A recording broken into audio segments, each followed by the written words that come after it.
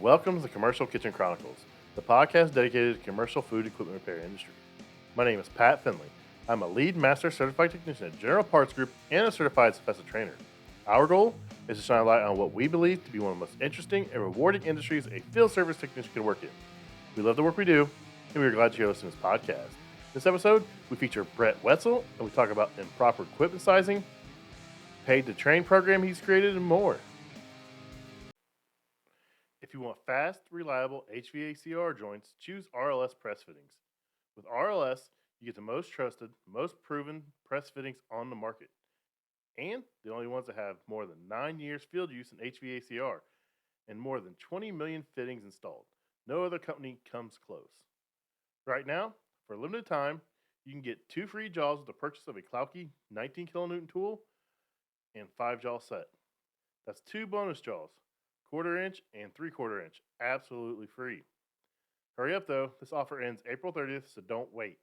Visit rapidlockingsystem.com/free jaws for complete details and the online redemption form. With RLS, you get reliable mechanical joints in about 10 seconds with no gas or brazing materials, no nitrogen purging, no burn permits, and no fire watch. RLS fittings are compatible with most press tools, including Rigid, Milwaukee, and many others. All right, guys. I'm excited for this one. We finally get to see Jason's bright and shiny face over there. He's got himself on mute. Rich is here. He's sporting his new shirt there, it looks like. And we have very special guest, Brett Wetzel. I'm sure all you guys know who Brett is. Brett's a really good dude, man. He an award winner, a mentor of the year. I got to witness that, and that was a fun night. He's a good friend. He's helped me out a couple times. We'll get into that tonight a little bit, but thanks for coming on, Brett. Thank you for having me. I feel bad because Rich and Jason are like, I'm just going to be quiet the whole time. I'm just because, and I didn't know how to take it, whether it's like, oh, Brett likes to talk or I didn't know what. So we're going to see what happens tonight. Just don't find me and we'll be all right. I think, oh, wow. I think it's just going to be that, I mean, you're going to be spilling some knowledge here, and it's going to be a lot of informative stuff. So, and I'm all about learning. So, I mean, if you're telling us stuff that we don't know, I ain't got no reason to interject personally. Unless I get a question, I might raise my hand or something, you know? No, that's fine. Well, here's the thing. Like, I just fake what I know. Like, I figured out if I just talk about a lot of like real technical terms, like no one really questions what I say. They're like, oh yeah, that sounds right. That sounds intelligent. I'm not going to question. Oh, it sounds right. It sounds like he knows what he's talking about. So one of my famous. Like when you were talking, it works on my kids. We were talking the other week, and you just threw in the word, because physics, and I'm like, oh yeah, physics. You're right. But did I not break it down though? Did I not break it down after we talked about it? So 100%. So, I've been saying this a lot.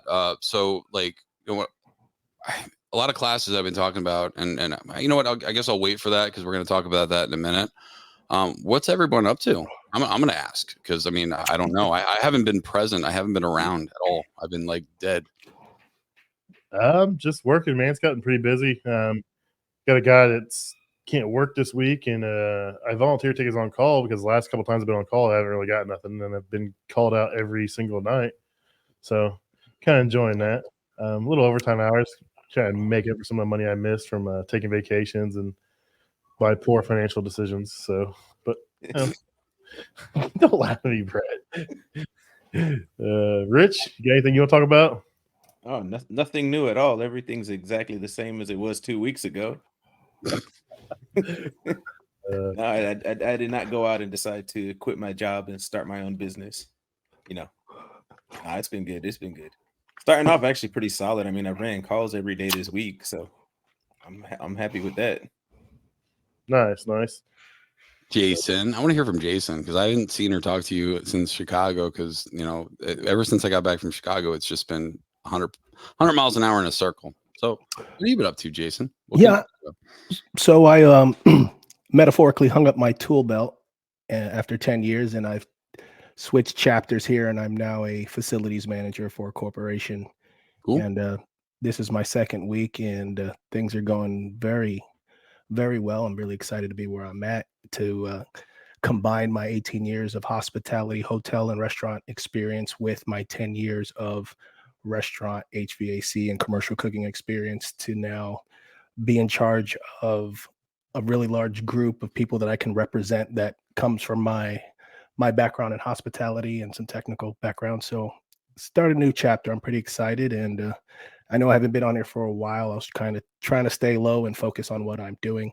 I'll probably be off for probably another month or so and then jump back on. But I definitely wanted to check in with you guys and say hi to everybody and let you know I'm not dead.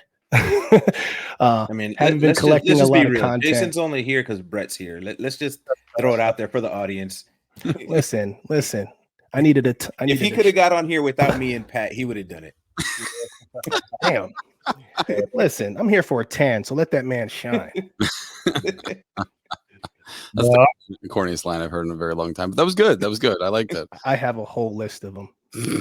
I want to say that I'm proud of both of you guys. I know, Jason, this is something you've really been after for the last few years, and yeah, I'm glad to see it worked out for you. And then Rich, I hate to see you leave because we were pretty much coworkers, but I mean, you got to chase dreams, and that's what it's all about in life. So if people don't understand that, I mean, they're selfish, I guess. So, but hey, you guys are doing it. So I'm waiting to see what's next for you guys. So thanks for coming back today, Jason. Appreciate it. Thank you. Appreciate it, bro. So me and Brett talked. That's probably about a month and a half ago. I had some problems. So I do refrigeration. I do hot side. So I can't master everything. I try to be the best I can. You should. So when we size equipment, I measure the box. I do all that stuff. I got a couple supply houses I use, and they always spec it out for me pretty well. So I installed new condenser unit, line set, evaporator, TXV, everything but the box. And it was like 70 degrees, and this thing ran like a champ. Ran great, like sweet.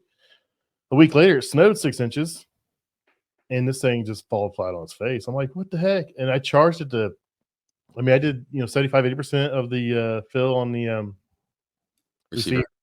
Yeah, so I did that. I was like, what is going on here? And I felt like the biggest idiot in the world. And we all have those times where you feel like you can't fix anything, or like everything you touch you screw up. And that was just one of those times. And man, I was like, well, I'm gonna reach out to Brett, see if he's busy. And I reached out to Brett, and well, I'll let Brett explain it because he knows a lot more about science than I do. I don't even know what I was doing. I know I was sitting in front of my computer doing something.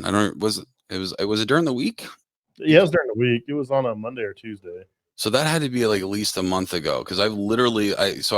I was talking to my development team, the guy that I work with, and I was like, man, I'm freaking smoked. I've been traveling for the past 3 weeks, and he goes, actually, it's been 4. I'm like, what do you mean it's been 4? He's like, well, you went to Houston, then you went on vacation, and so if anyone doesn't know, we literally drove from Dallas to Oklahoma City. And then the next day we went from Oklahoma City to Tulsa to Branson, Missouri to Arkansas. My 16-year-old has a boyfriend in Arkansas, which is fine because that means no hanky panky, and he's living far away, so that's awesome. And he's a nice kid. He's from Arkansas. No offense, but he's from Arkansas. And so we were driving out to his house, and basically he gives us an address, and we end up in the middle of a cemetery. I was like, this isn't your address. I was like, well, I don't know why we're here. You know what I mean? I was like, what is your address? And he's like freaking out. He's like, I said, find a piece of mail, go outside, look for a street sign, do something. And then, so finally he's like, oh, it's blank, blank, blank, Becker, not Baker. I'm like, oh, okay. What are you doing with this guy? So anyway, my son is incredibly just savage. All right, he's 7 years old, but he looks almost exactly like me, and he's incredibly brilliant. And so what he's doing is we drive up to the kid's house, and he rolls down his window and says, "Hey, such and such, it's really good to see you. I have a question. How does a 16-year-old not know his address and a 7-year-old does?" Savage. So that was the first thing. So then later he keeps making fun of my daughter's boyfriend, and she's getting more irritated. And I said, Jake, remember, comedy comes in threes. And he's thinking about it for a second. He's like, does that mean I can make fun of him 3 times today and then 3 times tomorrow? I said, yes, absolutely. Brilliant. So that's the second thing. A week later, a week later, I'm out. I had to travel right when I got back. So we got back Saturday, I left for Sunday. And essentially my wife calls me and goes, your son went savage again. I'm like, what happened? So my oldest daughter, she's 16. She got a job as a florist, and she was really proud. She got a job now. You know, we say, you big girl now, you're a job. So anyway, so we're talking about this, and she gets home and she's like, Jake, I got a job. And he goes, Maddie, I'm so proud of you. That's amazing. And then he goes, when's Sam gonna get a job? And before she could even say anything, this savage little SOB goes, well, I guess you need to know your address in order to get a job. That's too. I knew that's where that was headed. Yes. Your son is in my top 5 favorite people, bro. Oh, dude, he's in my top 5. Like my you know, his teacher basically says a lot of things. Huh? Yeah. What? No. I think. Oh, I'm sorry. I think he's dating her because he's starstruck by this guy. So anyway, so my wife just reminded me that night that he made fun of like him not knowing his address. They go up to bed, they're laying together, and he goes, Dad's right, Mom. This is never gonna get old. He's a jerk. He's so funny. I said to him, we were driving down the highway and I turned around and I said, I regret all the parenting decisions for the past 7 years because you are essentially me now. So I was like, you're gonna have to learn how to fight. But anyways, after that, so after I get back, then I went from I came back from went to Branson, Missouri, and then Arkansas, and then like I said, we drove home. Saturday was freaking 1,100 miles.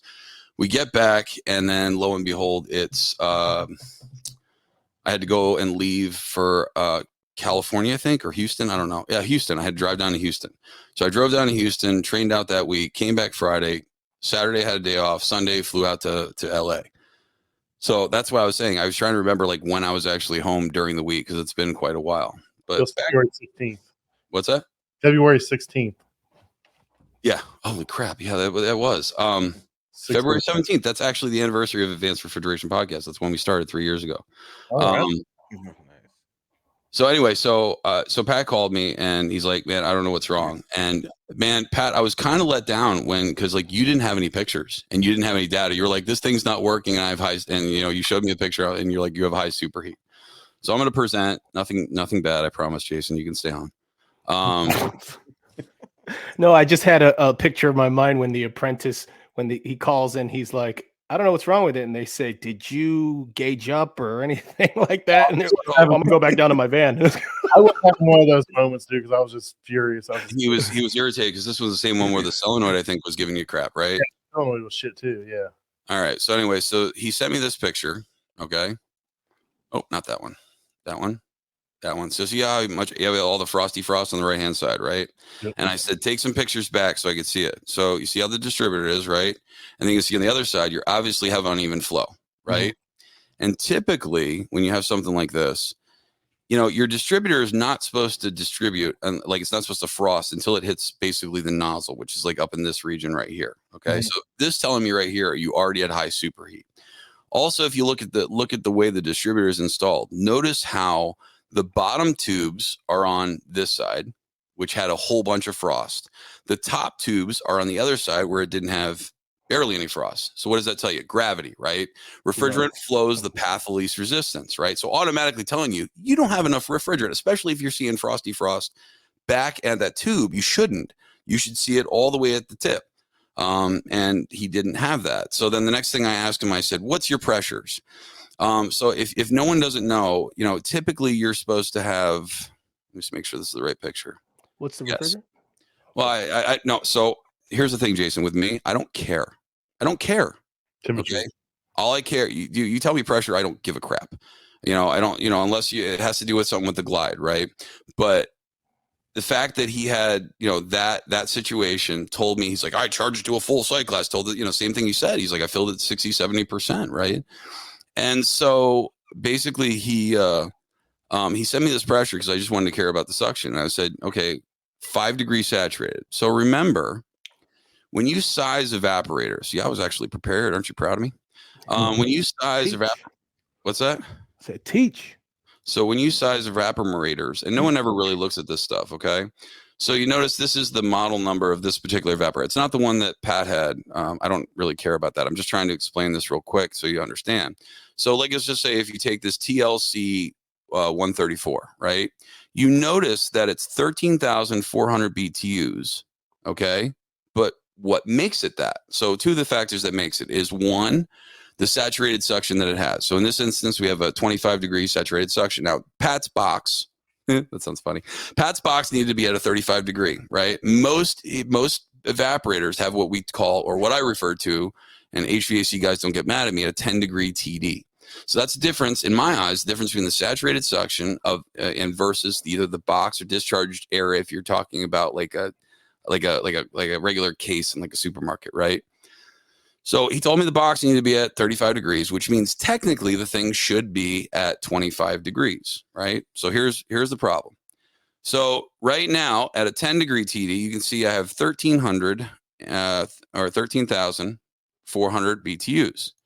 Watch what happens when we move this sucker up to a 15-degree TD. Now the coil capacity is now at 20,100. Okay, so we basically just jumped.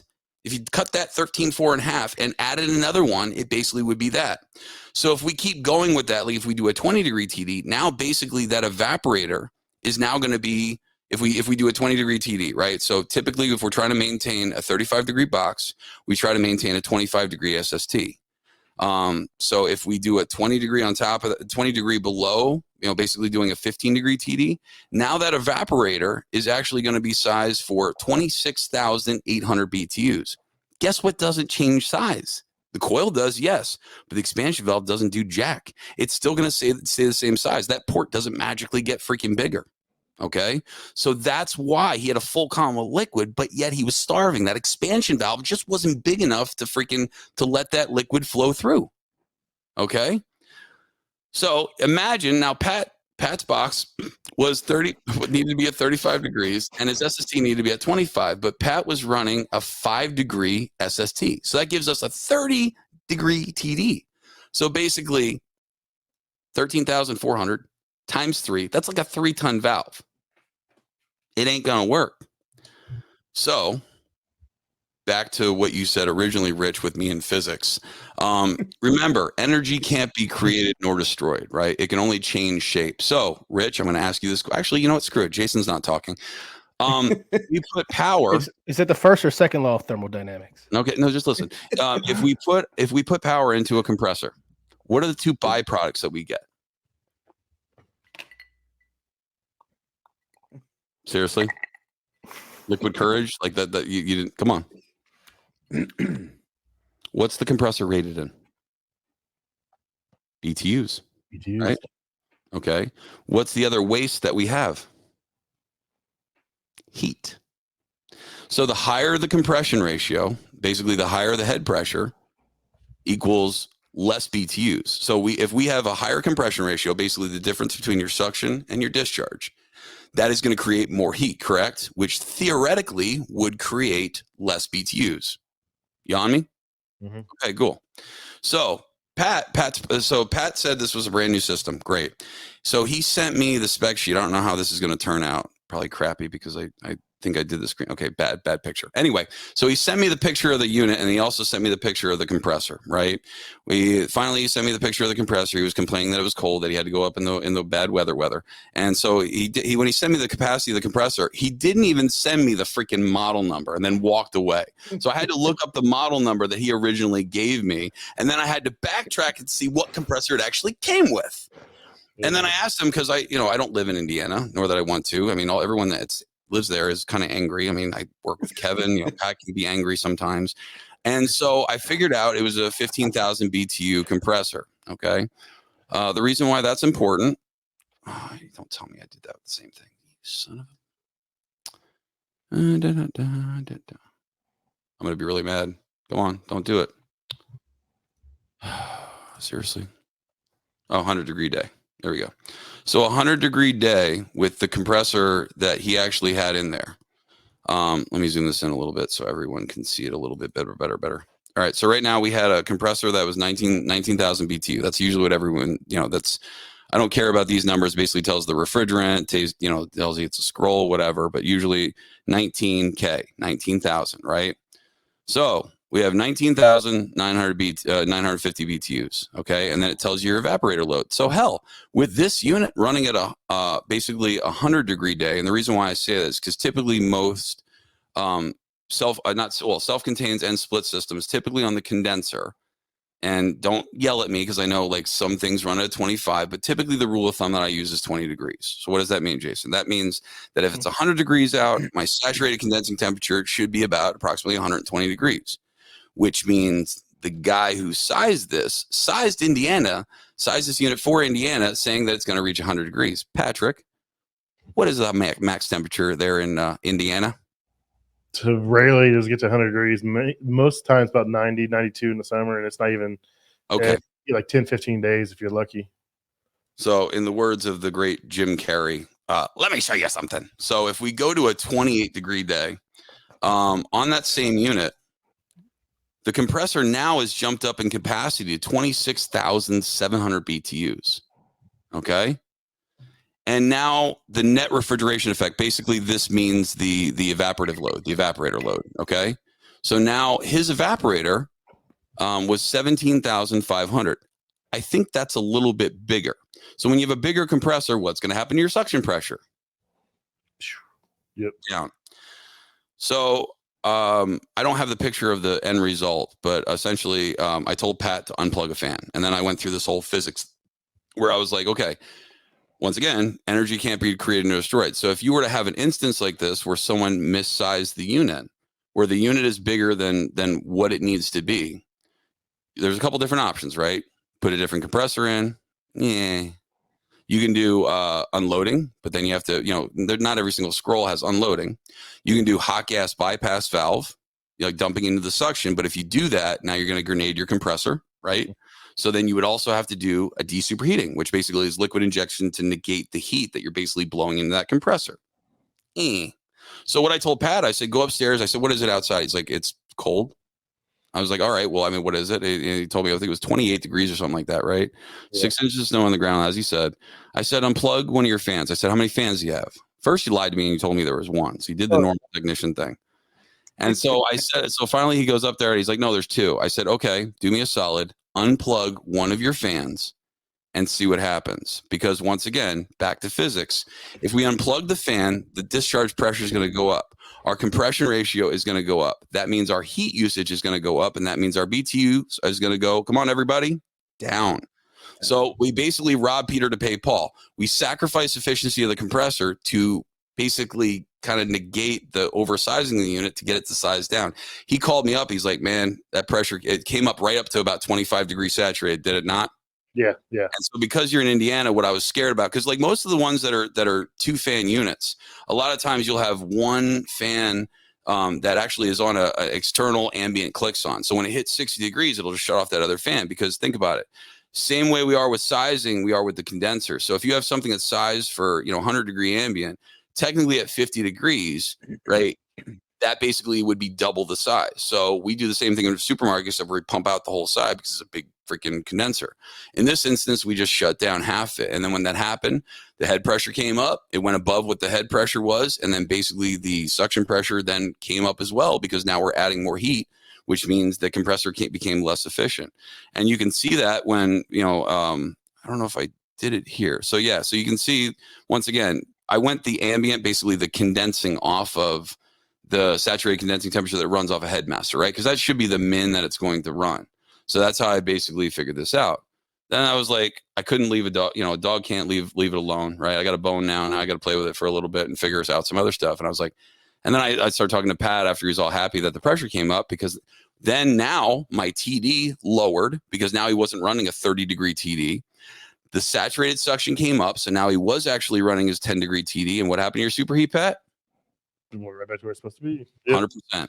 So what we did was we basically use the laws of thermodynamics and energy to basically kind of mitigate that. You know what I mean? Because sizing is really important. Otherwise, because you didn't size it. Some freaking guy, blah, blah, blah, blah. And don't say it because it might be one of my sponsors. But I'm just saying, like, someone else sized it. And so now you're forced to deal with this. And it's extremely frustrating when you have to deal with stuff like this. You know what I'm saying? Yeah, it sucked because it had a headmaster. I was like, oh, I shouldn't, all the ones I put in the past, that headmaster was never an issue in the winter. And this is the first one I ran into it. And that's why I was like freaking out. I was like, what the hell? So check this out. So then what I did was I took Pat's worst case scenario. And what I did was, because not that I didn't have anything else to do, but I couldn't leave it alone then. So once you get on something, you can't stop. You're like me. Mm-hmm. So then I looked at the unit that was right underneath the unit that dude sized it for. And I was like, okay, that one comes with a 15K compressor. So check this out. So Pat just said, sometimes it gets up to about 90 degree ambient. Add 20 degrees, class. What do we get? 110. Okay. So then I size it up to 110 degrees saturated condensing temperature, right?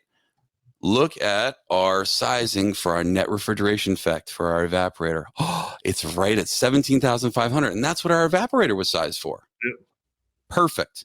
Now watch what happens. So we have to, fight with worst case scenario, right? So worst case scenario is when it gets cold and, frosty in Indiana and why Pat's angry. And then, so now when it gets down to 28 degrees, the headmaster should hold true, should hold at 70 degrees. But instead of being all the way up to 25,000 BTUs of what it was with that oversized unit, now we're only a little oversized. So here's the thing though. So a lot of times when you have a headmaster, it's packing that refrigerant, it's keeping it in contact with the condenser longer, right? So what does that technically mean? That means the subcooling should basically increase, right? Because it's packed in there longer. The hope is, with a lot of this AWEF crap, the hope is that this gains enough subcooling to basically make the expansion valve bigger. Because once again, we can really go into that, but then I don't know, we can if you want, but basically size an expansion valve. So an expansion valve, let's just say, has a hole this big, okay? And it's sized for 1 ton, and it's sized for a 404 that has 1 ton worth of refrigerant at 100 degrees. 100 goes through and through. When you subcool refrigerant, it basically, the molecules aren't so excited, right? So they get more compact and more tighter, right? And so they actually have more energy, more mass, but less volume. So that means now I got a 100-degree hole or 1 ton hole in there, and now the refrigerant's a little bit smaller. So now I can fit more capacity of refrigerant in there. So the hope is with this AWEF stuff, if it's sized properly and the subcooling comes down enough, that expansion valve might be straight. You know what I mean? Might be the right size. So, yeah. So, I mean, but unfortunately, like sometimes you have to negate some of these effects by basically just increasing your discharge pressure to basically decrease the size of your compressor because you're essentially adding heat. Did everyone get that? Yeah. Yeah. Slowly, but yeah. I mean, no one stopped me. I was just going to keep going. I mean, it made sense now that we talked about it and you showed it to me again. I mean, it makes sense. It's just, like I said, I don't size stuff, so I didn't know, any of this stuff. I mean, I've never sized anything on my own, and it just threw me for a loop. But once you broke it down, explained to me just like this, I mean, I got it. It made a whole lot of sense then, so that's for sure. No, dude, I mean, my I'm a numbers guy. I'm horrible at math. Have to use a calculator. You know what I mean? I'm not saying like I'm a freaking, Rain Man. Yeah, I'm not Rain Man, but as far as like numbers, you give me numbers, like I can tell you what's going on with that pipe, like inside, like I can tell you what that subcooling, what it's going to do. Like example, like, so we use a lot of systems with subcooling in supermarket, right? And so essentially, in supermarket, we subcool the liquid down to 50 degrees typically, right? And so when you do that, your expansion valves are essentially bigger. So they'll use also smaller piping because if you have a 4-ton system on a liquid line, you might be 7/8 pipe, right? If you use a 4-ton system that's subcooled down to 50, we could probably swallow that pipe down to about 5/8, which means less installation cost. It also makes compressors increase capacity by about 25 to 27%. So example, if we have 4 compressors on a rack system, right, and they're all rated for 100,000, and at 100-degree liquid, they're just 400,000 BTU. But if I subcool that liquid now to, 50 degrees from 100, basically now it's going to increase the size of all those compressors by about 25%. So you can have 4 compressors that have the capacity of 400,000 BTUs at 100-degree liquid. You can have 500,000 or 450,000 worth of caseload, and you're like, well, that doesn't make any sense. But then you see that the liquid entering the expansion valve is 50 degrees. So if you do the math, it's going to increase it up to 500,000. So now you have, basically you can use smaller compressors to actually give you the same amount of refrigeration just with subcooling. That's great. I don't. And well, that's another reason why the receiver level typically will go down as well. Like, I mean, because basically, like I said, it has the same amount, it has more mass, but like less volume because it takes up less space.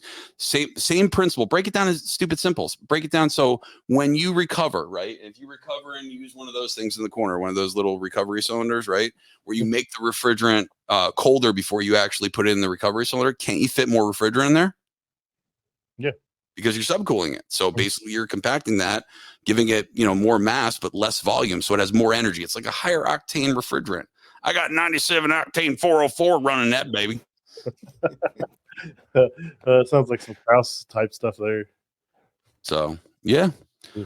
But, So that was Pat's problem. So Pat fixed it, and all you did was what you did on the first fan. Because what I was concerned about is when it got really, really stupid cold, and that condenser tried to pack, and you would basically go back down. My concern is that you would need to cycle that first fan. I had to end up cycling both of them. It was really, it was bad because I tried just doing one. And of course, it's brand new, so that coil's just flowing everything through right now too. I mean, let it get a little dirt in there and slow the air down. It'd be a different story. I didn't have to do both of them, but it ran great. I went back and checked on it, and it's been rocking and rolling. Well, break it down to residential. Someone said, please make this more simple. So, we've all worked on Pat especially, right, and Jason. We've had to put on kitchens and stuff that have air conditioning. They have to because they have such a high heat load, right? Mm-hmm. What do we typically have to put on a rooftop unit or a split system that we have to do in the wintertime because otherwise, the coil starts freezing up? Low ambient kit. So that's the real reason why. The reason why is because we're trying to slow down that fan to bring up the head pressure. By bringing up the head pressure, we're increasing the compression ratio, which essentially is decreasing the amount of BTUs, which means the suction pressure is going to come up. And that's why we do that. That's the whole reason for low ambient. Mm-hmm. It's the same thing when you have a unit that's not pulling down. Mm-hmm. We're throwing water and a sprinkler on it. Why? Because we're trying to lower the compression ratio. Why? Yeah. Because basically the suction pressure is high at that point. We're trying to get it lower. So if we reduce the amount of heat that unit is experiencing, the BTUs of that compressor will go up. Next time you're bored, instead of looking at Facebook and other naughty stuff, look at the Copeland mobile app and bring out the last compressor you change.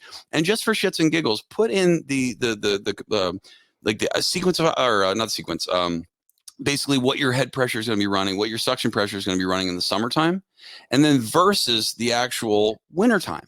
And then you'll see when the pressures come down in the discharge because you're lowering the compression ratio. Remember, lowering the compression ratio is basically either raising your suction or lowering your head. And then basically that's increasing the capacity of your compressor. And you'll see the numbers. Like, that's how it's relatable for me. Like, it makes sense to me because I've seen the numbers. I've ran these numbers 500 times. Excuse me. So you can, you can see what happens in the numbers. Yes, I have very boring Friday and Saturday nights. So, hey, let's go drink beer. I'm like, no, I got to go size the compressor. I want to see what happens in the laws of thermodynamics to see what happens this week, Brett's version of naughty stuff. It's my naughty stuff. But yeah, so back to just this one picture real quick. So I just want to bring this up because this is a very common thing that happens. Entire screen. We all owe Brett some tuition money right now. So back to this, you're going to see this a lot on these units. So like my rule of thumb for medium temp stuff is 6 to 8 degrees of superheat. Okay. And when I say 6 to 8, I'm talking on the low swing, right? I don't want to see it going like past the low. So on these units, on low profile units, if you have a QRC, if you have a beacon system, lower that superheat down to 5 degrees. Heatcraft will actually tell you, Heatcraft and Bone will actually tell you that they want these coils flooded. They want 3 to 5 degrees of superheat on these units. Pat, did you call them and ask? No, but I did on a one that had a beacon, and they told me it was 8, and I was told to turn it down to like 4, I think. Yeah. So yeah, 3 to 5. That's what I'm saying. The reason why is because this whole path of least resistance crap. I don't know what it is, man. Like Bone, Heatcraft, whatever. They always do the lower runs of that distributor always to the other coil. So when you walk up to one of these low profile units, chances are if you see frost and frozen and then you see nothing on this side, chances are it was running high superheat for whatever reason. In Pat's instance, it was running high superheat because of the whole sizing thing with the compressor. It's basically making the suction way too low, which essentially changed the sizing of that unit. And like I said, another boring night on Google. I can share these links. That's fine. Nothing naughty about this.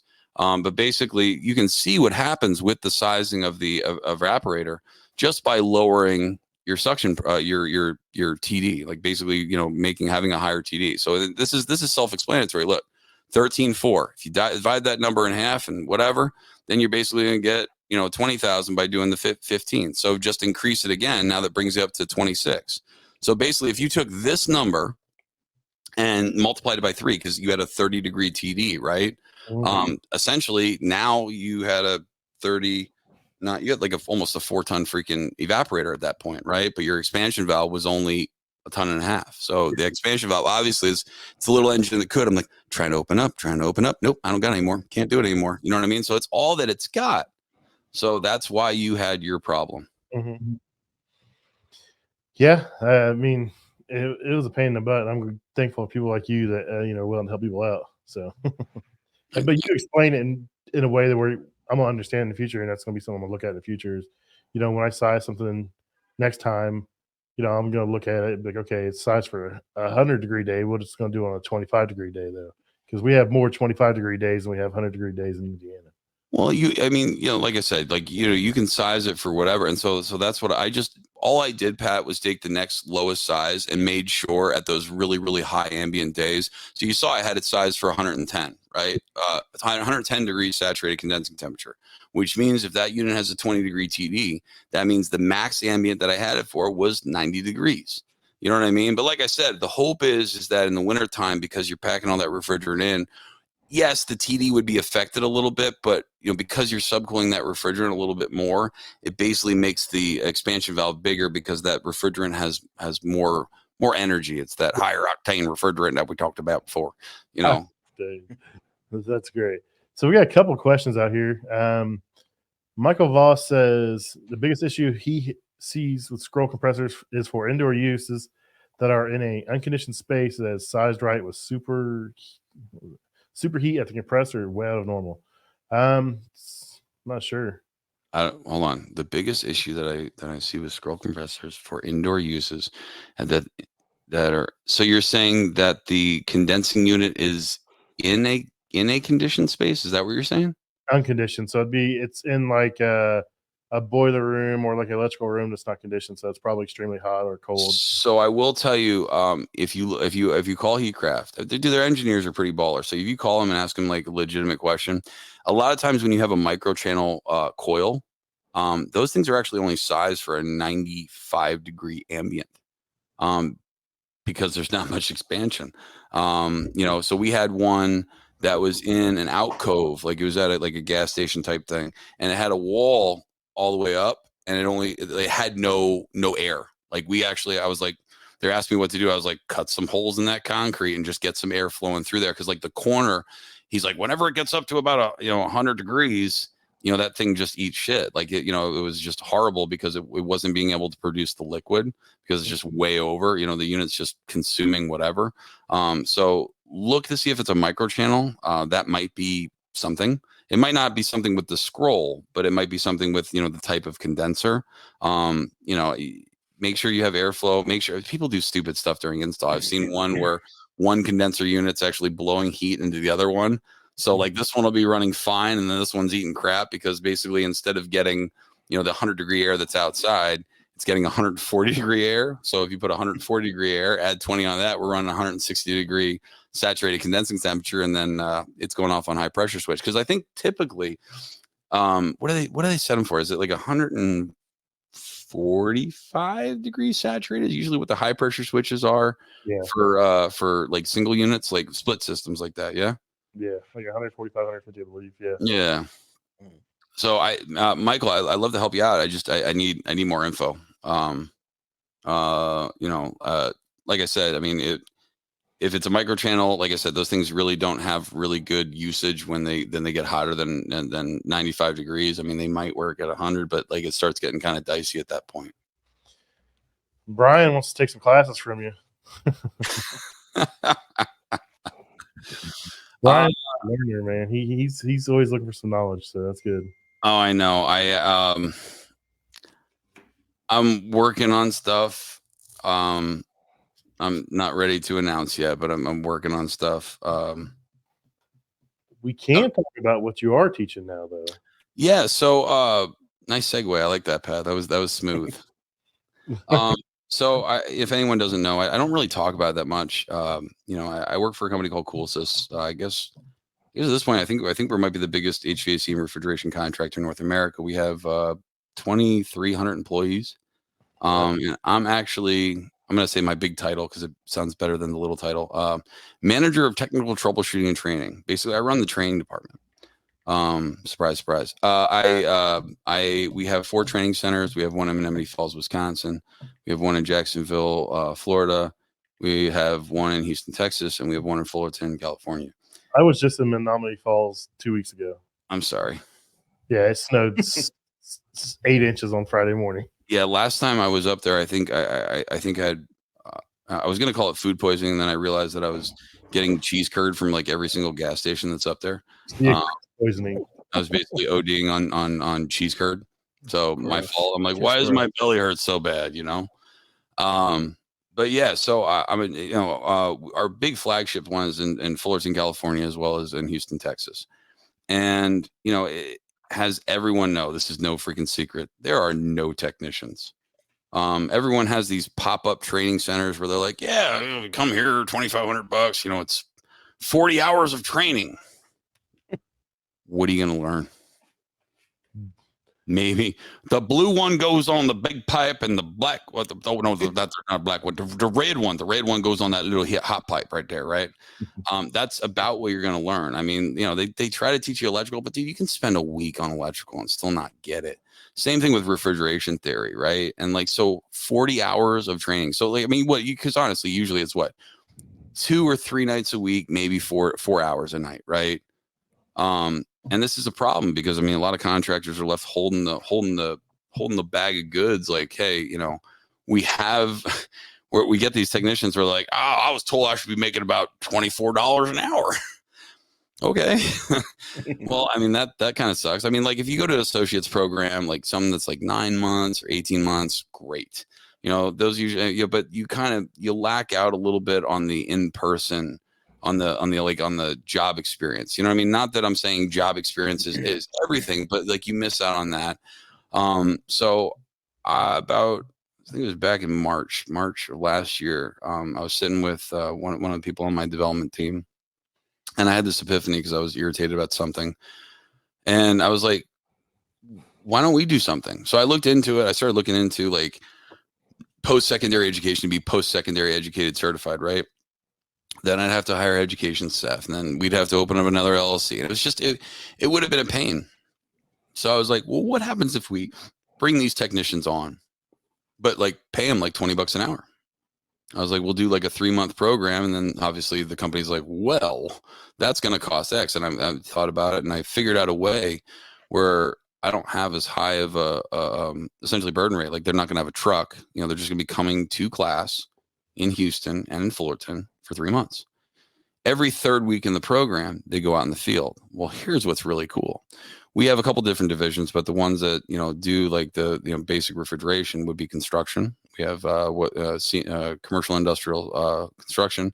We have commercial and industrial, refrigeration, which is essentially supermarket and cold storage. But I mean, we do some smaller stuff. Like, so if you have a guy that's brand new, spank out of school, but he wants to get in the supermarket, we have some smaller stuff, self-contained, smaller ice machines. You know what I mean? It's like, we don't always just all supermarket. We have some smaller stuff on that side. And then we also have a light commercial division, which does a lot of some of the coffee shops and stuff like that around. Right. And so my idea was like, wouldn't it be cool? Like, you went to school for a little bit and then you go out and get some field experience. Then you come back, go to school for a little bit, and then you have field experience. And then I thought about, well, safety, these kids are getting hurt because they don't know any better, and they don't get to drive, they've never driven a van before. You know what I mean? They get in this van, it's like, well, this will stop on a dime, and it doesn't. And then they get into an accident. So once again, I took all these things that I thought about that's bad with the training of the industry, and I was like, I can fix this. So we developed, my team and I have basically developed this program where it's 2 weeks of training. It's basically broken up in about 4 hours of lecture, 4 hours of lab time, and then basically, that goes out throughout the week. First and second week, third week, you're going to light commercial this week. You four are going to C&I service. You four are going off to construction. So then they actually get to see a flavor of refrigeration they really want to do. Right. So we're going to target high schools and, get people actually excited about the industry and get them over here and be like, hey, look, you can make a lot of money. You could do this. You know what I mean? But we teach them safety. We teach them safety. We teach them how to drive, and we're teaching all these things that basically is going to, make the company more safe. Right. And make these guys safe so they can actually go home in one piece. And so if they don't have an EPA, no problem. We're at least going to get them type 2 certified because low pressure chillers, who needs that? They don't need their universal, right? They can work on anything that I can with a type 2, right? Type 2, you can work on racks. And then we're also going to have them OSHA 10 certified. The lab that we structured, basically we'll have, what we did was, because it's a class of 12, right? Which is a big class. I don't know if anyone's here taught class. To do 12 is tough, especially if you have kids that don't know anything, right? Mm-hmm. So the idea is that we have a little bit of blended learning. So we'll have, let's just say in that 4 hours of lab time that we have, basically you take the 4 guys out there and do the actual in person, like pulling a vacuum, whatever. And then the other 8 guys in that time are going to be working on their computers, basically doing like maybe some interplay stuff or maybe some quizzes and stuff. And then we rotate. So everyone gets the same amount of experience with doing the lab. Everyone gets all this experience. And then it just keeps going on. Well, guess what? CoolSys has 90 locations around the country. Where do you want to go? You want to go to Colorado? Do you want to go to Jersey? I don't know why you would, but if you want to go to Jersey, you can. You want to go to Florida and be with Mr. Latimer? Indiana, I'd say no. Rich, I think, where are you at? Greenville, South Carolina. If you want to go somewhere where they got summer teeth, you can go down there too. Like we have 90 offices throughout the country, so you can go wherever you want. And then so when you graduate, not only are you getting, forgot to mention, you also get a bag of tools worth $500. You'll get meter, and you'll get your regular hand tools, reefer wrenches, pipe cutters, the basics, right? But you're literally sitting in class training. So you're making $20 an hour. So you could buy some of the other stuff as things are going on. And I think we're trying to sign some deals with some other places that I can't commit on that basically might be giving you a discount from there because you're buying these tools. We actually have 2 people we might be working with. One I can say out loud, Just Better Tools. JB is basically working with us and sponsoring a lot of stuff that we're doing. JB's good people. JB's good people. Oh yeah, dude! I got to go out there when I went out to Chicago. They picked me up from the hotel. It felt like My Fair Lady. They brought me out to the place, and I had a driver, and I was like, hey, I asked him to go eat with me at the restaurant when he's taking me to the airport, and he's like, oh, I'm not going to do that, sir. I'm like, what do you mean I was going to pay? Oh no, sir, I can't do that. I'll wait right here. I'm like, oh, okay. I'm interviewing Preston next week, and then I was going to talk to him, see about coming out and checking the facility because I'm going to Chicago in May for something, and I thought about seeing if I can swing by there and check out the facility there for a little bit, check it out, see what's going on. Yeah, I got a guy you can talk to. They're up in Aurora, which is like 30 minutes away from where I was staying at the hotel or whatever. But Dude, all nice cats. They got some old stuff in there. I'm a fan of like old tools and stuff. I don't know, like Buck Rogers gun. You got one of those too? Yeah, actually, a guy from Canada actually hooked me up. So this one works. And then I got another one of these, and it's in the box. The original freaking batteries. Dude, he gave me some nostalgia stuff. Like this is a patch from like 1940 something. Wow. Check out. Ooh, you're gonna get excited. Look at Gentron Jenny. Nice. That's awesome. Like some of this, and I have some books. I was going through them today. 1937, 19, dude. The fuck it. It's history. It's history. And like, I got to leak this. Oh, We got him off topic. He's going. Sorry. Last one.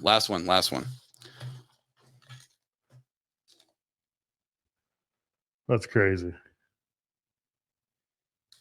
Sorry. Squirrel. Boy. But anyway, no, those won't be the tools you'll be working with. You'll be working with just better tools. But yeah, so I've been working with them for a while, trying to get, working with them, because I figured out, I was like, wouldn't it be cool? Like if these cats are using your tools right off the bat, and like you had people that want to use your stuff because they know what quality is and they get to work with the stuff. And he's like, I'm listening. So like we had this idea, and I was like, yeah, well, we'll put all the stuff out there, and you guys get a whole bunch of cool PR, and we're gonna have some advertisements that are gonna be going out. There's gonna be a QR code, so if you are interested, like I said, you basically click the QR code, and it'll basically take you to the website. It's not finished yet, but basically it'll be www.coolsys.com/get-paid-to-train. This guy's idea, I liked it. I was like, #GPTT. That's funny. It works, man. It works. It does. So you guys are doing that in 4 locations? Two. I tried, and they yelled at me. They're like, "Walk before you run." I was like, "Okay, cool." I was just glad they got, because this is new, man. No one's ever done this before, and we have the we have the really good availability to do so. Because it had to be a company effort, right? Because I had to basically talk to, can you keep 4 guys busy every 4 weeks for the next 6 months? And they're like, yeah, we could probably do that. Because here's the other thing too. Like the people where the areas are, it's more work-life balance for those people too, if you really think about it, right? Because now, those guys can go help put in a compressor. You don't need 2 journeymen put in a compressor. You got another guy that can basically, go over and help, help do something else or diagnose service calls. So some of those other cats can actually go home at a reasonable time. Because that's the reason why we lose people, right? I mean, typically we lose people for, a whole bunch of reasons, right? It's usually managers, work-life balance, training, pay, and benefits. So if you resolve those 5 issues, great. So if we get more cats in the industry, like currently, last time I looked, just in refrigeration and HVAC, there was a total open of 369,784 open positions in the United States. Wow. That's insane. And everyone's retiring, whatever. Or you have Jason has to be facilities now, wants to put on his tool bag. I can't talk, I'm in training, but I'm just saying, like, what I'm getting at is like people are putting down their tool bag, man. Like, and that's cool, because I get it. This industry is, can be hard, right? But like where we, if we do the same tired stuff we do year in and year out, that is the definition of insanity, right? If we're doing the same crap, and we're expecting a different result. Why? Let's do something different. Let's do something innovative. If it fails, I don't think it will, but if it starts to go on the failing path, let's just tweak it a little bit. You know what I mean? We don't have to totally wipe the board. Let's do something different, especially if we have the ability to do this for the industry. Like I love this industry. This industry has been amazing to me. I've had a lot of opportunity, and not because I've been given it on a silver platter. I've worked my ass off for it. And I really do care about this industry. And man, I've had more people leave in the refrigeration field, like to go do HVAC or facilities, and like and chiller work and stuff, and so we got to get more people in, because it's a vicious cycle, right? The more people who don't want to do refrigeration, that means the guys are having to work their butt off longer, which means less work-life balance, which means more divorce attorneys get a lot more money. And like I'm trying not to do that. I'm trying to help the industry, get better. Yeah. My thing right now is, everyone's like, oh, we need experienced guys. We need experienced guys. Well, experienced guys aren't leaving where they're at. I mean, we need to, like you guys are doing, reach out to younger people or people that aren't in this industry and train them, teach them the way that CoolSys wants them to do things the way that should be done right, safely, and then go from there. I mean, you may lose a couple, but the guys you lose probably aren't the guys you want. Well, the other thing to that is, so in the first week, we actually give them the week out. They have the option to drop out in the first week. So like, if you get there and you're like, man, this isn't really what I thought it was going to be, cool, peace. All right. Then, there's no obligation, but otherwise we expect a 21-month, I can't think of what's that? Commitment. Yeah. Thank you. 21-month commitment. I mean, the CDL industry does it. Mm-hmm. Why can't we? You're basically getting paid. Okay. You're getting trained. Like if you went to training that was this many hours, it's like 15 grand. So I'm giving you 15 grand on top of paying you that money to train. So why wouldn't you? Anything a $500 bag of tools? I didn't get 8 tools. I went to Home Depot, maxed out a credit card. That's what I did. Yeah, that's a lot of good points there. That's a pretty good program. Yeah. I think a lot more companies need to, the bigger companies, even small ones, they can do something like that. I think it's the way to go. Where I'm at, we'll bring guys in, and it seems like they just get paired up with who lives close, and that doesn't really ever fit. I mean, it's easier for them to get there. Well, that's not how you train somebody. That's how you set somebody up for failure. I mean, well, that's the thing. So like, there are very smart mechanics, right? I'm not like people that are very capable, that are really good at doing their job, but then you pair them up with someone that's really good at doing their job, but they suck at explaining, right? And so what happens is that they're like, or they get annoyed that the kid just keeps asking questions. Just shut up. I'm trying to work on this. You know what I mean? And like I did when I did a class the other week, whenever we do the after we take the test or whatever, I'm like, what can I do better? He's like, I got nothing. I was like, something, give me something. And he's like, no, man. Like, he's like, you have the ability to, explain stuff. And if we don't get it, like, I'm really good at seeing the deer in headlights look. Like, if I see like, what the hell he's talking about, I'll stop and I won't move to the next subject until like, I'm like, everyone got it. I'm looking at your headlights, and I'm like, oh shit, no, he's lost. And I'm like, what? Let's talk about it. Like, what don't you get? And he's like, man, you lost me at the. And so I'll go back and like basically, go back and break it down a little bit easier, right? Because sometimes, I start every class the same. I was like, okay, first off, I talk fast. I said, if I go too fast, Wetzel, slow down. All right, cool. You got me. I was like, just, tell me straight up. Be respectful. I said, if I talk to you about something and we start trailing down a rabbit hole that doesn't need to be gone to right now, because it's just going to cause more confusion, I'm not blowing you off, but I said, I will talk to you at sidebar, right? The next thing is, sometimes you have to remind me what I was just talking about, because my problem is, in order to explain something to you, I take the baby feeding approach, and you're like, what the hell are you talking about? What I'm talking about is, if you ask me a question and I just give you the straight answer, I'm just feeding you, but if I have to explain how I'm going to get there, you know what I mean? You have to understand the basics of what I'm going to explain. Otherwise, you're just going to remember exactly what I just said, and that's it. But you won't know the science on how I got there, right? So I have to explain something else, like when we went to the TD approach, before we told you really what was wrong with your evaporator, right? Yeah. So that's my point. So if I keep feeding you like just little quick, easy answers, that's all you're going to know. And you'll be one of those mechanics like, yeah, I had that one time in 87. It was the expansion valve. That's the same thing I do. People call me for tech support is I don't give them the answer. I may know the answer, but I don't give it to them. I check this, do this. And then all of a sudden, oh, I got to figure it out, or they never call you back. I'm like, but they remember that though. I mean, because they actually did the work to get there. So yeah, but like I said, I say I'm not drinking. I said, but you might need to remind me what I was just talking about, because I'll go on a diatribe and I'm like, he asked me that question. I don't remember what it was. I remember getting here. I was like, what the hell was I talking about? And they'll remind me. I was like, oh yeah, I'll get there. You know what I mean? But I have to explain that before I give you the answer. Because like I said, if I just give you the straight answer, that's all you're going to remember. By me explaining the science and theory behind why it's doing that, you're never going to forget that. And if you don't understand it, like I said, once again, what the hell are you talking about? Like, stop, slow down. You know what I mean? Brian says he wants to be you when he grows up. Well, thank you, Brian. Wait a minute, you're older than me. Actually, someone said something to me today. They didn't even want to ask me. It was weird. They're like, how, because I told them about, and it was someone that just recently got hired. And they were like, yeah, I was researching, and I found a whole bunch of stuff. And I'm like,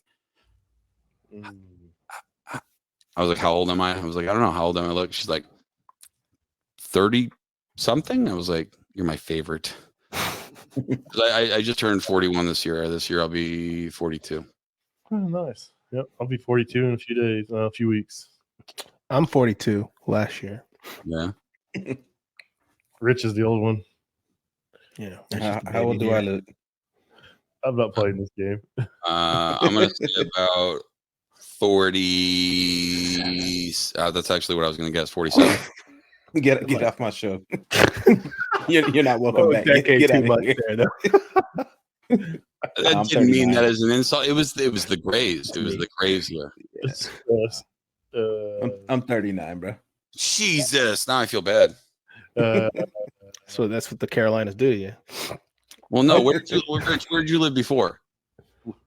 Have you always lived in the Carolinas? No, I'm originally from Florida.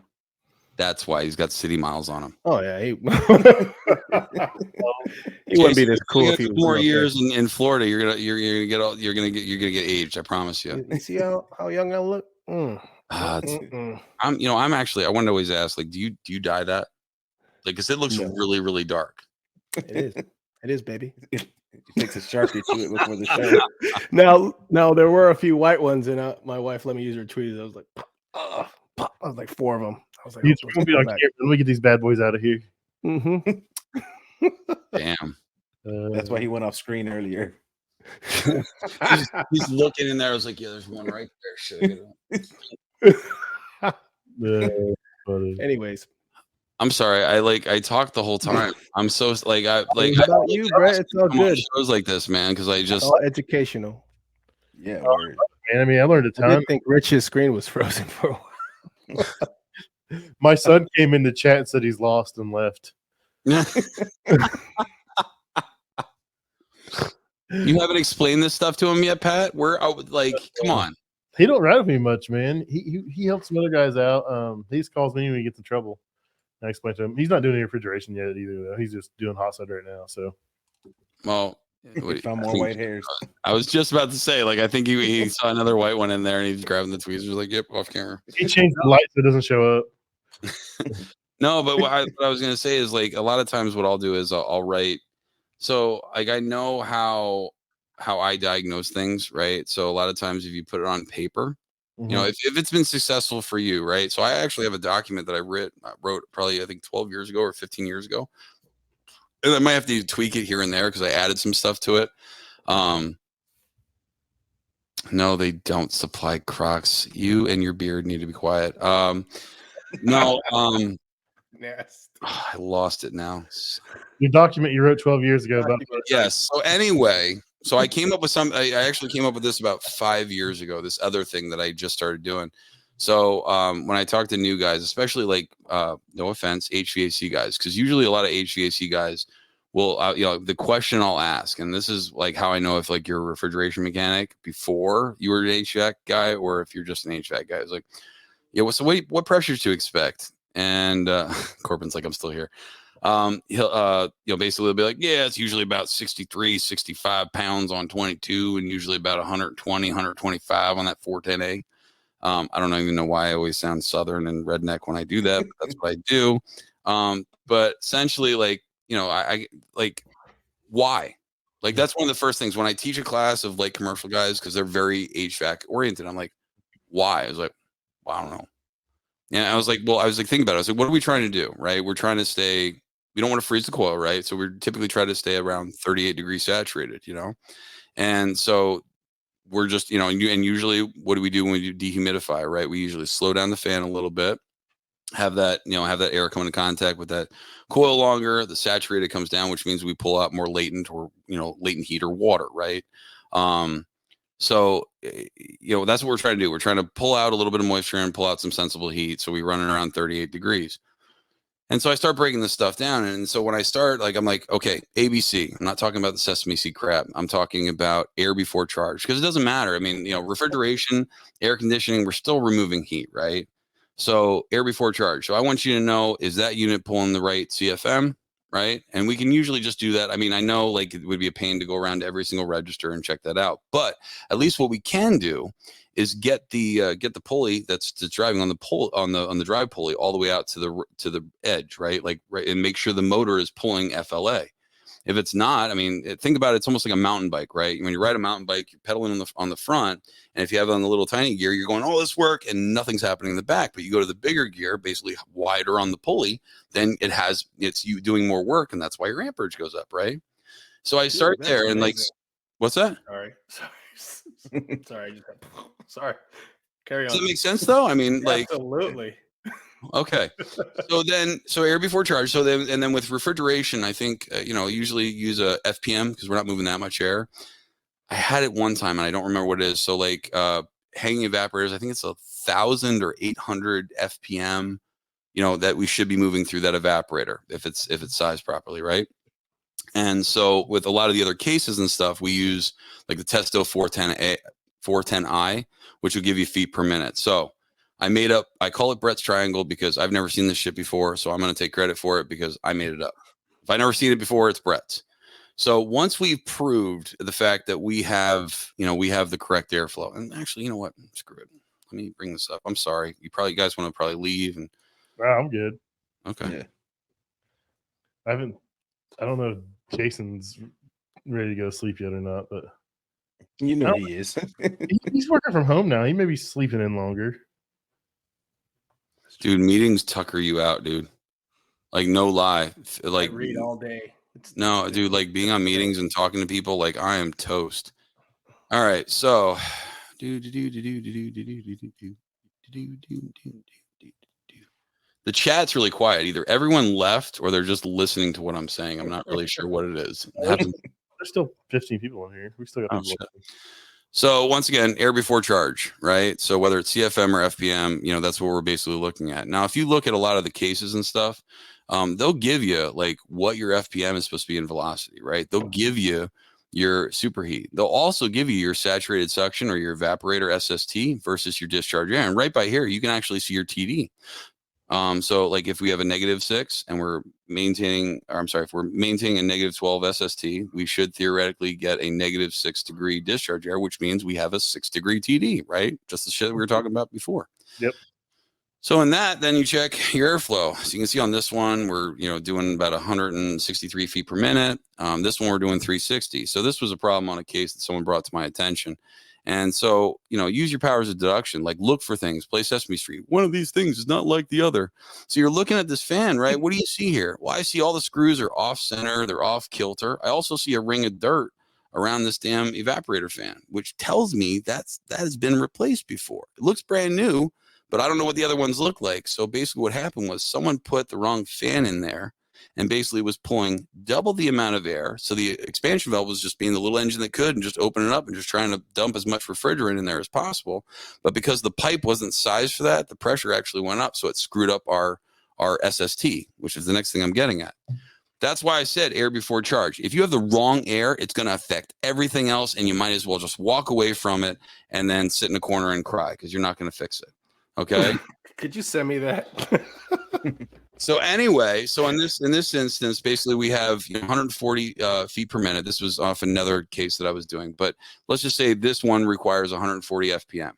Now the evaporator SST is important. You can be exactly right at the SST or about 2 degrees lower. Why am I telling you that? Because we just learned with Pat's situation that if you go way lower than the SST, it's going to affect the size of the coil, right? So once again, discharge air or basically making sure you have the right velocity of air, whether it be CFM or FPM. We have the SST, making sure it's at SST design or maybe 2 degrees lower. And then the last thing is the superheat. So if one of these things is wrong, triangle collapses. Airflow is too big or too low, triangle collapses. SST is way too high or way too low, once again, triangle collapses. Superheat's messed up, triangle collapses. And once again, any of those things collapse and it's not working, you're in a corner crying because you can't fix your refrigerator. That's the way I looked up there on the roof. Send me. I need to talk to a guy to get an animation of you, and I'll put you in the picture, Pat. I'll get a animated of Pat and just put you in there. I'll sign off on it. I don't care. After the pictures I posted to you today, I probably deserve. It's my fault. It's crap that I put up there. You know what I mean? But like I said, man, like a lot of this stuff, dude, all it takes is like calling the manufacturer, dude. Like that's really all that it takes, man. Like I'm an anal retentive guy. Like I'll just, I'm like, I need to know how it works. So like I'll call and be like, what's it supposed to be? Because someone asked me like, who do you call when you need help? I was like, the guy who freaking made it. Like, listen, if I can get everything back to the original OEM spec that the thing was designed for, theoretically, I can get it working. If not, then engineer screwed up. You know what I mean? Just like everything that you did, right? Like we had to basically manipulate the pressures, Pat, in order to make it do what we needed to do because the unit was oversized. Yeah. So, all right, you guys sound bored, so I'm gonna go. We've had a common brain fry. Well, you lost me at Sesame Street. when I used to work in the field, like the first time I started drinking, how much superheat? 1 degree of superheat. No, but when I used to work in the field and I was doing regional training, I basically I started riding with guys for about 5 days, and I realized after day 3 they had enough of my shit. Like not like they were not irritated with what I had, but like they were mentally drained and done. Like it's different when you're in a classroom with me because like I'm talking to 10 people at a shot, right? So everyone's asking me, spitfire questions. I'm coming up with an answer. But imagine if you're working with me and you had to listen to this for 8 hours a day or 10 hours a day. Also, the running joke is, hey, if you're working with Brett this week, you have to tell him when you want to eat. He's like, what? He doesn't stop. He lives on Red Bull, nicotine, and anger. Yep. I'm the same way. White monsters in anger. So, can we get started? No, dude, it nasty. It's, I can come on somewhere else. I can get started on CO2. Episode 3. CO2. No, so I recorded with Paul Burnett from Hill Phoenix the other night, and it was when I was on California time last week, and we recorded for 2.5 hours. And I paused the recording because now you can pause it with StreamYard. I was like, Pat, Paul, I'd love to keep continuing this conversation, but I'm tired. I said this is basically 2 episodes right now, and I know you're tired too because he was actually in California. He was only north of me like 30 minutes or whatever. You know what I mean? Like we were right near each other, but I was like, we're both like I think he lives in North Carolina, and like I said, I'm in Texas, so like we were both off, on our time schedules and stuff. I was like, dude, I'm done. I was like, I'm totally fried, and I have to get up tomorrow morning again at 4:30. So let's continue the conversation. Like we're literally gonna make part 4 out of this shit with talking to him. But like I said, if anyone is interested or knows someone that's interested in, yes, he was in Pittsburgh. Brian, he was in Pittsburgh. If anyone's interested in the Get Paid to Train program, if they want any information, we're still working on the marketing material. But if you have questions about it, about maybe, like I said, you have to live either in the Houston area or the Fulton, California, which is right near Anaheim. You can email me at bwetzel@coolsys.com, COOLSYS.com. I mean, anyone can reach out and be on social media. It's not like I hide anywhere. If they have any questions about it, cool. I guess that's it, guys. Brett, is there a minimum requirement for getting in there, like high school diploma, GED? So high school diploma, and because you will be eventually driving your own vehicle, obviously a clean driving record. So you have to be graduated from high school. If you went to a trade school and you find yourself like, when I say trade school, I'm speaking very loosely. Like, hey, I got 20 hours of information. They told me I'm refrigeration certified. I mean, let's get you started on the right career path. And like I said, we have multiple different offices. We have multiple different levels in all of our stuff. Like our commercial and industrial service, we have 7 different levels. There's so much information in the 6 and 7, we had to break it apart. Our CoolSys light commercial, we actually have level 2A and B, because like when I looked at the curriculum, it was like kind of going to be kind of crapping on a screen door, like taking all the information. Some of the stuff's going to stick. So it was way too much information to fit in 1 week. So we basically segregated it into 2.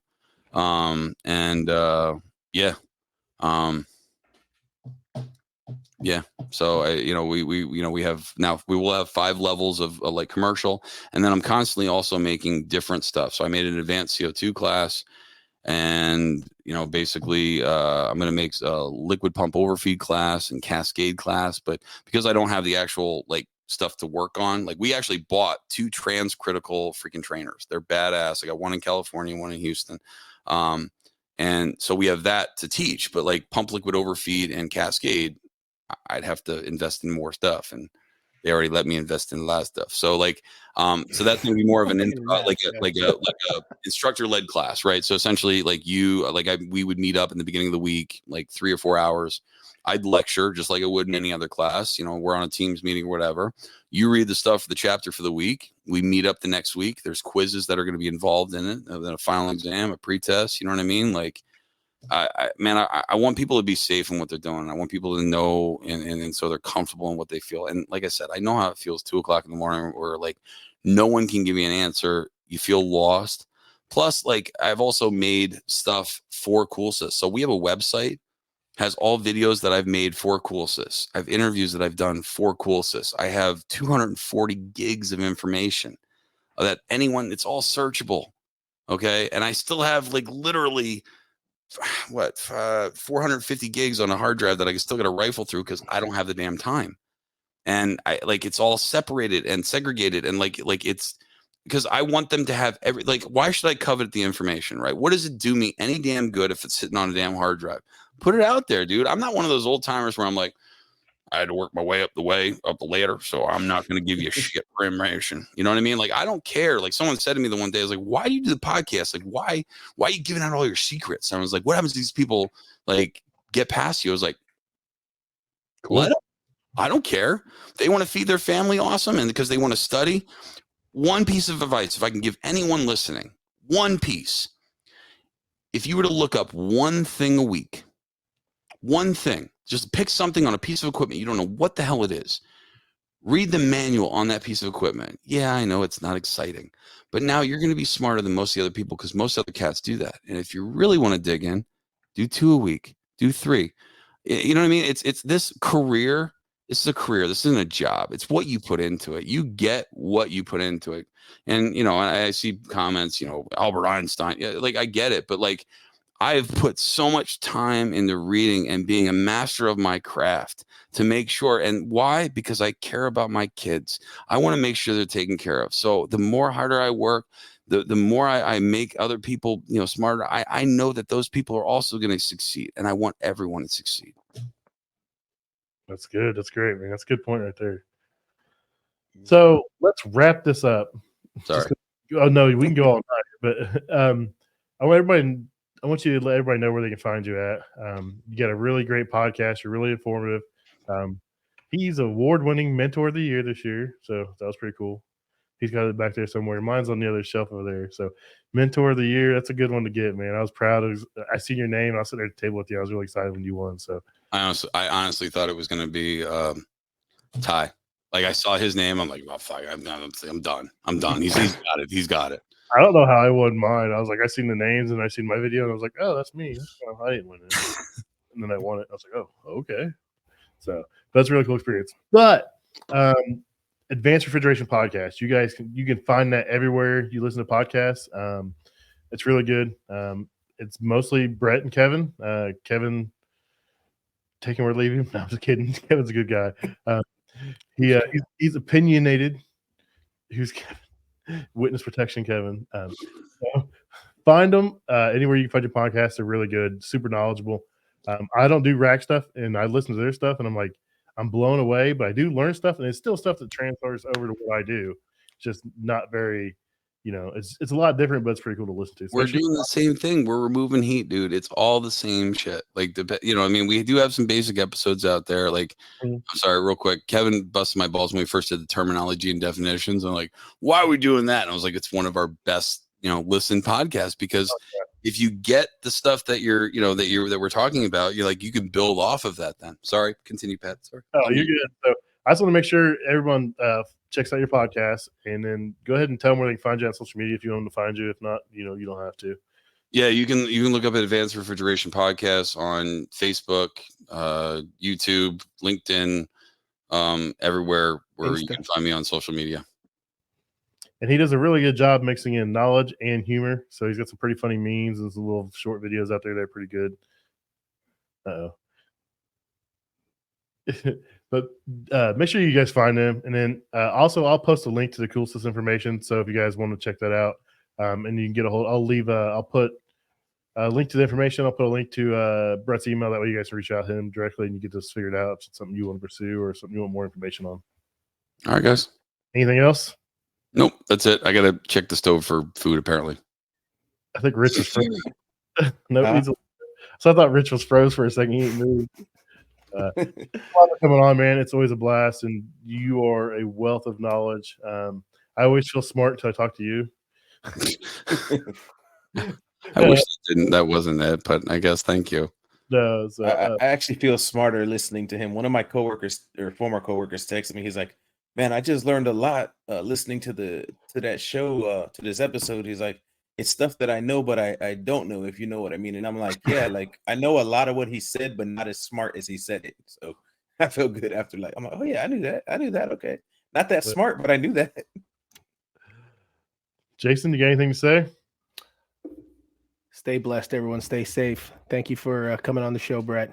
Always good to see you guys. Absolutely. Thank you so much. See you guys. Have a good night. All right, later, guys. All right, y'all. If you guys would, please consider subscribing, rating, and reviewing the podcast. It really helps us grow and helps us know which direction to move in. Also, if you have any suggestions for guests, please email me at commercialkitchenchronicles@gmail.com. Or if you want to be a guest, email me. Love to have you guys on. Thanks a lot. See you next week.